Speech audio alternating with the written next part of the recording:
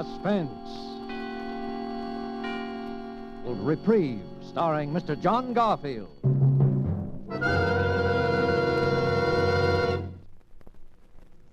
This morning, my lawyer, Mr. Gurley, said he was trying to get me a reprieve, so I looked it up in a dictionary I got. It says, reprieve, to suspend temporarily the execution of a sentence upon, and relief for cessation from pain or ill. Well, the first part, I guess Mr. Gurley can get. He knows all the rules. But the second part, cessation of pain, well, that's up to me. Maybe when I've spilled it all out, put it out on a table where I can look at it, why I'm here, and about the kid, about Laurie, maybe then will come cessation of pain. I don't know. Anyway, I can try. Okay. Name, Steve Hannibal. My old lady had to name me something, so I guess she read the name Stephen on a book. If she could read, which I doubt. Age 34. Health, excellent. But wait up. You don't want to sell me insurance, because tonight I'm state prisoner 80483. Registered in cell 77 of the state penitentiary. That's the death cell. I'm in for murder. I was always the bright boy, but right now, I don't know. I'm mixed up, but good. And not about being here, not about murder. Well, the pen is my home, away from home, kind of. And murder in my social set, well, murder is as common as chicken pox in PS 137. No, it's that last year of honest toil that threw me for a loss. Because I wasn't mixed up at all the night Murph and Joe and I blew out of Chicago. That was a minor inconvenience, right in line with the way I've always lived. Let's see it. It was nearly 2 years ago. Murph and Joe and I and the boys had knocked off a payroll. A good, clean job, except for a couple of guys getting hurt fatally. And the Murph was tipped off that one of the boys, he didn't know who, had squealed to the cops. So Murph knew we were hot, and he came up to my room on Madison Street. I'm leaving town, Steve, tonight. It's an idea. So am I. Yeah, we better blow. You and me and Joe. And the rest of the boys? Look, I can't take care of everybody, Steve. You know how it is. Sure, I know. You'll take care of the ones that you can't get along without. That do your thinking for you. Oh, it ain't that, Steve. Cut it. Well, okay. So we got around 20 grand. 23. Yeah, sure. Yeah, 23. Well, with that dough, we can go to Florida. Yeah? Yeah. Lie down there all winter till the heat's off. You think that's a bright idea, don't you, Murph? Well, sure. Why not? Yeah, we take a nice big shiny suite in the Paradise Hotel, pick up some dolls. Yeah, that's right. Well, that's just what we're not going to do. What do you mean? We're not going to travel first class, spread dough around places like the Paradise accompanied by any dolls. And why not? The dough's marked, bird brain. The serial numbers have been written down, and we'll be looking for that kind of dough in places where dough changes places. Places like the Paradise. Well, we could go to some other place, like a rooming house in St. Pete. Yeah, and we could be smart if we put our minds to it. Yeah? Like what? Like putting that package of dough out of circulation in a safety deposit box. Here. You know that's all the dough we got. Sure, so we can get along without it for the time being. It's worth a little discomfort to be the murder rap. Okay, say you're right. But we still have to leave town. We'll leave, Murph. And this is how. I figured I'll never look for you where there isn't a stall shower, so we'll fool them. We'll ride the rails.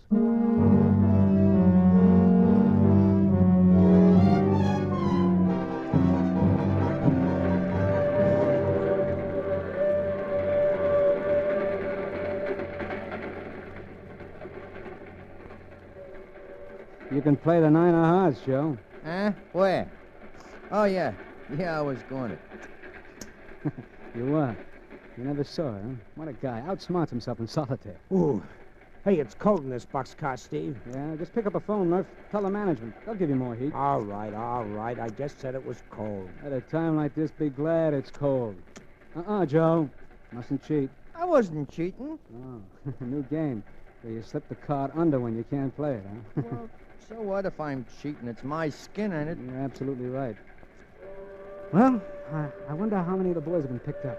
I couldn't take care of everybody, Steve. None of them been picked up. Why should they be? Oh, boy, there's that 3 I've been looking for. None of them been picked up, huh? Well, who's protecting them, Joe? Your fairy godmother? Why would the cops pick them up? They know it was Murph used the gun. Huh? I mean, they probably guessed Murph was trigger man. Why, you dirty... Shut up, Murph. What else did the cops probably guess, Joe?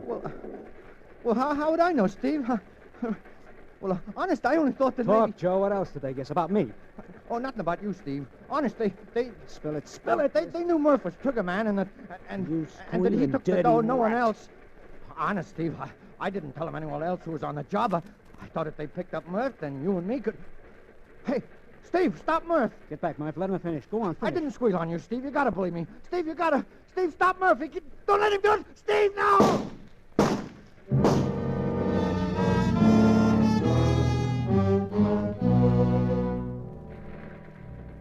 That was Murph being trigger happy. Joe went down sort of slow and quiet, like the movies you see of a parachute settling on the ground. I think he twitched a little. I looked out and saw the train was slowing up and that we were coming into a freight yard, not 50 feet across the tracks. I could see a couple of guys heading our way who looked like railroad dicks. I thought fast, like always. Murph was hot, very hot, and being very shy on brains, if they picked him up, he'd lead them to the payroll dough like a homing pigeon. Inside of 24 hours, too. And I hadn't anything pinned on me for a few years. If anyone took the rap, it would have to be me. If I ever wanted to smell my share of that 23 grand. And this was a rap I thought I could beat. Unlucky, why, I'd go up for a year or so for manslaughter, claiming self-defense. Lucky, I bluffed my way out of it altogether. I talked fast to Murph. And when the boxcar stopped opposite those dicks, I had Murph's gun in my hand.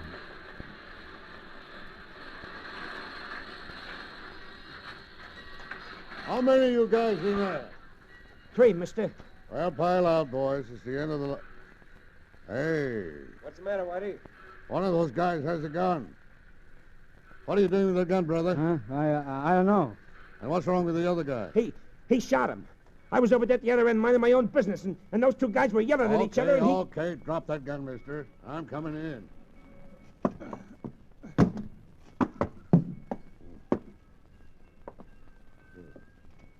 Is he dead? Dead as a mackerel. All right, mister. Tell me about it. I don't know what happened. It was his gun, or it just went off. Yeah? Did you see it? You over there. I didn't see nothing. I was down at this end of the car minding my own business. They'd been yelling at each other for hours. I didn't pay any attention till the gun went off just now. And honest, I don't know Okay, now keep your shirt on. Looks like you're in trouble, mister. I tell you, I don't know what happened. Leave it to headquarters, buddy. Yeah. Maybe you remember better at headquarters. I don't know what happened. All right, Dreamy. No matter what you remember, the rap is murder.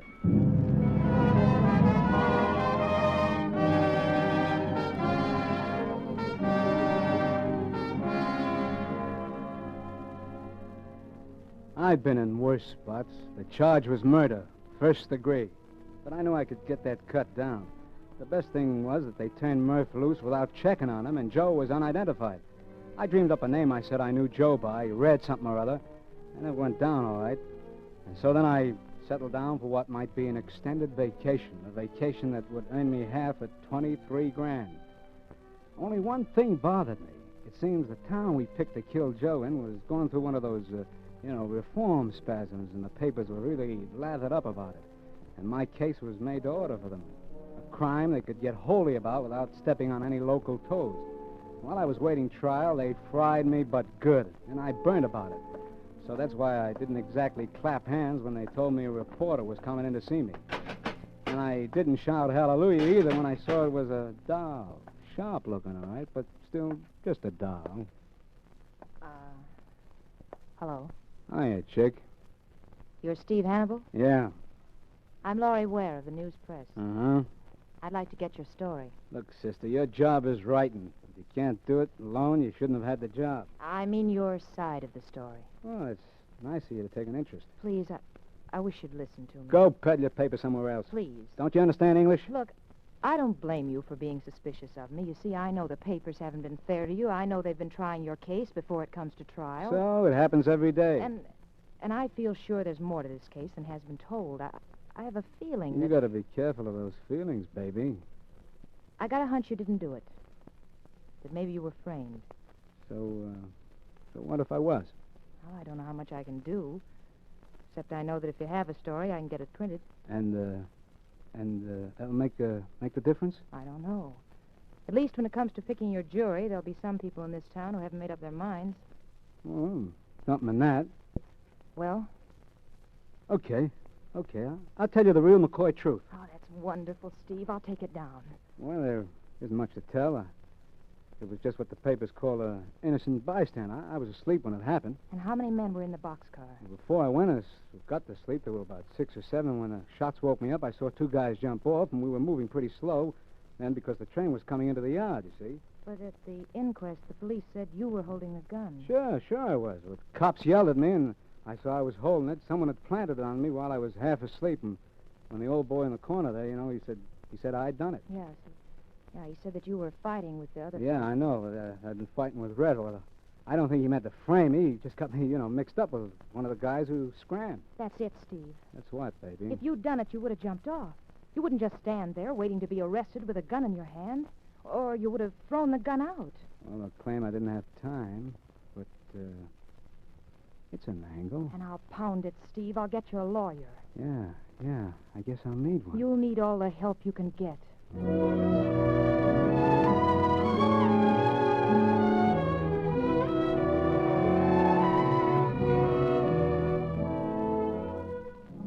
What a doll. Sold on me before she even got the pitch. And what made my hand all aces was the girl could really write. She had the news press giving me more space than the World Series. Well, the other papers had to pick it up. Well, by the time the trial came up, I was local hero #1, an orphan child. The whole town wanted to adopt me. So no one, least of all of me, was much surprised when the jury filed back into the jury box with their decision.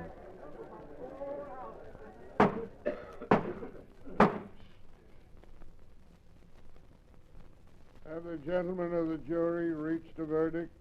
We have, Your Honor. Will you read the verdict? We, the jury, find the defendant not guilty as charged.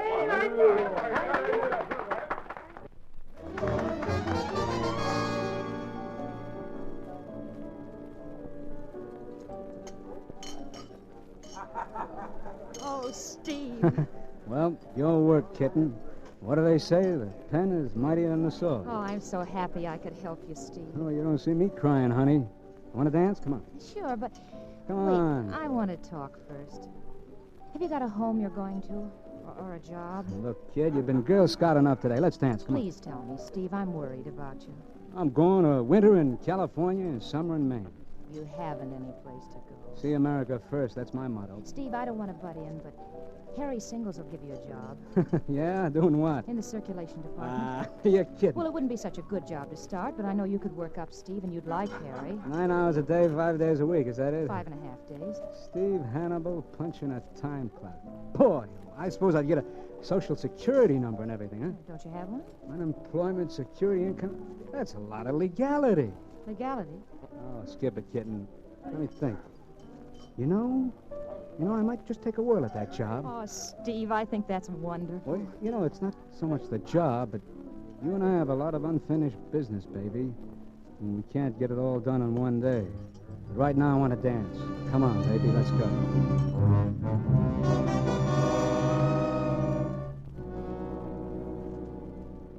That was the old brain working again. You see, I had counted on drifting until it was safe to join up with Murph.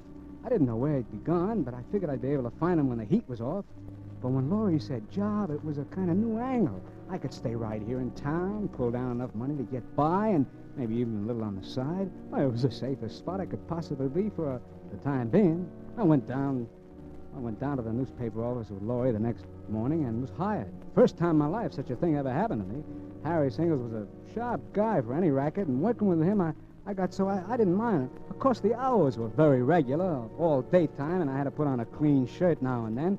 But I always had that 23 grand to think about. And the kid Laurie, well, I couldn't have squired a better doll in Chicago, New York, or any place. Only sometimes she made me nervous.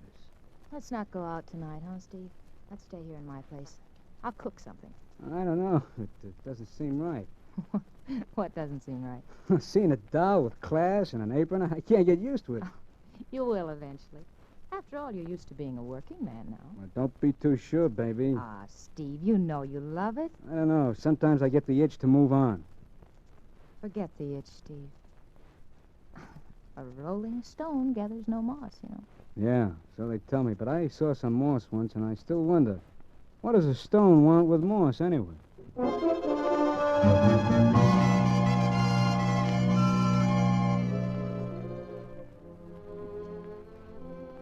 See what I mean? Laurie kept telling me how much I liked being a pillar of society, so that sometimes I even began to wonder. And then Harry started shoving raises at me and titles, and, well, inside of no time, I was a district manager. And I sat down and figured the dough angle. And it gave me a shock. Because even if it was legal, I was making more dough week in and week out than I had with Murph and the boys. Well, the Chicago stick-up stayed hot, and I didn't hear from Murph, so I let it all ride and kept working. Along about then, the papers were in a lather again, all about reform. And the town was just crawling with rackets, and Laurie was working on the stories. One night, Laurie was typing a story in her room, and I was in the living room waiting for her to finish. And... I'll be with you in a minute, Steve. One more paragraph. And that's finished for tonight? Yeah, finished for tonight. I got something to show you. Come in here. Okay, kitten. What is it? Buying hats again? It's a letter I got in the mail, right here on the desk. Oh, the local wolves are moving in, huh? Much more exciting. Read it. Lay off or we'll measure you for a coffin. You have 24 hours to quit your job. First time I ever got anything like that. Want to read my answer? Your answer? Yeah, my article for tomorrow morning. I've written all about the note and why it was sent to me. Yeah? Well, what do you figure? Well, there's an out-of-town mobster who's moved in on the local rackets, and he's making a good thing of it. I found out about him 3 days ago, and I've really tracked him down. Yeah? Who is he? Well, here he goes with the name of Dude Ringler, but I knew that was an alias. I finally find out that he's a former big-time operator from Chicago, wanted there for a lot of things, including murder. Yeah? I'm going to print it in the paper, and he'll be picked up just about the time the papers hit the street. Oh, you told the cops, huh? No, not yet. I thought you could go down with me. And what's the guy's name in Chicago? I don't know all of it. He headed up a gang there. They call him Murph.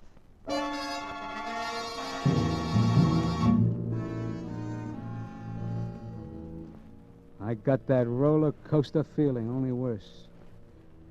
I still can't figure it. She was only a half-baked doll, moving into territory where anyone was likely to get clipped. Why should I care? But something funny happened to me, and she could see it. Steve, what's the matter? Well, you got to lay off, Laurie. You got to quit. Because of that ridiculous note? Don't ask me why. Just quit. Well, I certainly won't quit. Don't you see? That's just what he wants me to do. Okay, I'll tell you. I know Murph. You know him? Yeah, and he's trigger-happy. He's a rattlesnake in pants. Well, then that's all the more reason, Steve. Now, listen to me. I don't know why I'm doing this. I never missed figuring percentages before in my life, but I'm going to tell you something. I'm going to tell you before I wise up. What, Steve? You remember when you got my true story when I was up for the murder rap? Of course I remember. Well, that was all a pipe dream, sweetheart. Something for the books. You lied to me? You did kill Red? His name wasn't Red. He was a slimy little punk from a mob that I ran with named Joe Tonelli. Mob? And he wasn't killed by me. He was killed by the other guy who was in the car. He was killed by Murph. I covered for Murph because he was hot. Steve. Then... Listen. Steve, they want you for those jobs, too. They... Well, shut up. I'm listening. What? What is it, Steve? I thought I heard some in the other room and the door closed. You're just imagining it, Steve. Yeah, I guess I am. Yeah, this being a squealer takes my skin off. Oh, Steve. But you got the story, baby. Short and sweet. Now you can do what you want with it. Quit your job and live, or turn me in, too.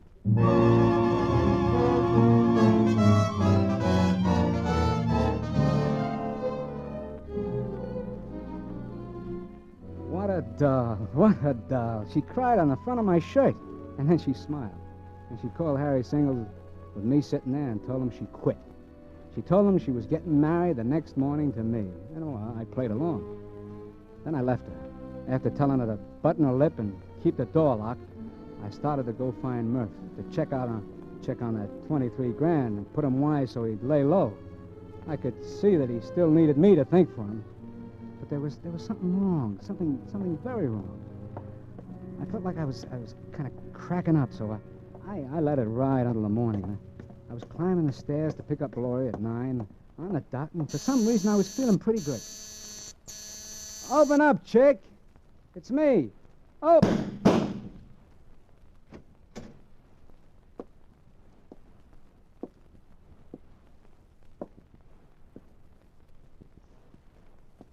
Hello, Murph. You're still trigger happy, huh? Hello, Steve. And you don't have to call me names. You're kind of up early, aren't you, Murph? I was making a little call on your doll. Yeah, I see you was. She wasn't a bad-looking doll. You didn't have to plug her. She quit her job. Yeah? I didn't know about that. Well, she still knew too much. She wasn't going to use it, Murph. Maybe. You told her about Joe. You shouldn't have done that, Steve. Huh. So it was you I heard here last night, huh? No kidding. You really heard me? Yeah, I heard the door close. And you heard me tell her? Yeah. This working legal's giving you bad habits, Steve, but I'll forgive it. Come here. Come over here. Just look what she would have wrote. Dude Ringler, alias Murph, alias we don't know how many other names. Wanted in a half a dozen cities for murder, larceny, and kidnapping. That wouldn't have looked good, Steve. She wasn't going to use it. No? Well, don't let it worry you. Well, it's about time we picked up that 23... Hey, what's up, Steve? You shouldn't have put your gun down, Murph. What's eating you? You shouldn't have put it down. Steve, you're nuts. Because I'm going to drill you, Murph. I've always wanted to drill you, and before I wise up, I'm going to do it.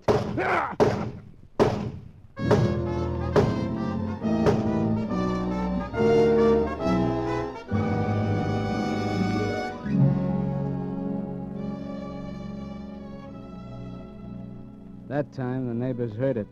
I didn't care. I kept pumping lead. When they came in, I was standing over Murph, holding the gun. The same gun he'd used to kill the kid. So the cops got me for both of them. Both of them. And for Joe and the payroll job, too. They really thought they hit the jackpot with me. I didn't give them any argument. It wasn't any use. But, you see what I mean? I'm mixed up. I've always been a sharp guy. I could have beat the game. Murph was right when he knocked off the kid. She did know too much. Well, it's the way things work out in our set. And why should I get the case of highs over a dog getting drilled? I can't figure it out. And, well, now I'm trimming my fingernails, waiting for Mr. Gurley to get a reprieve. And I'm all mixed up about that, too. Because in the dictionary, it's a word that's got two meanings. And the way I feel, they don't mesh. They kind of cancel each other out. To suspend temporarily the execution of sentence upon and relief or cessation of pain or ill. Well, any time now.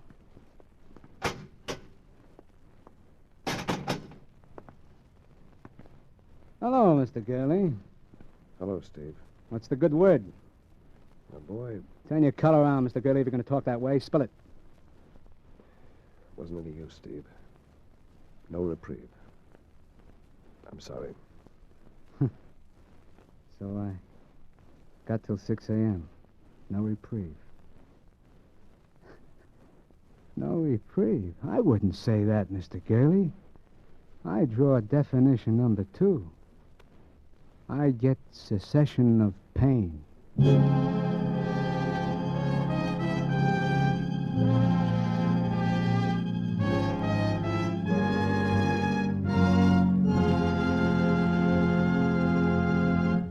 And so closes Reprieve. John Garfield, as star of tonight's study in Suspense. Suspense is produced, edited, and directed by William Spear.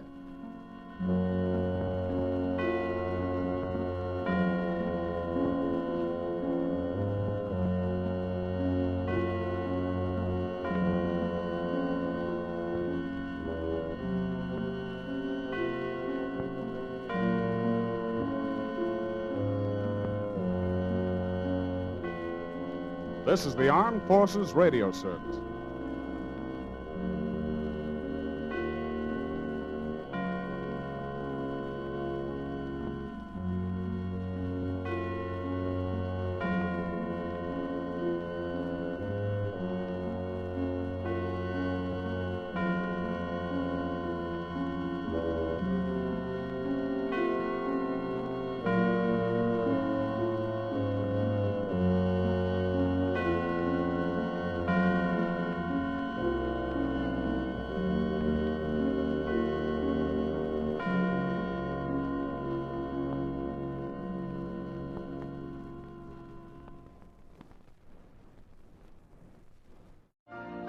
You've been listening to the OTR Gold Network. Find more classic radio at otrgold.com.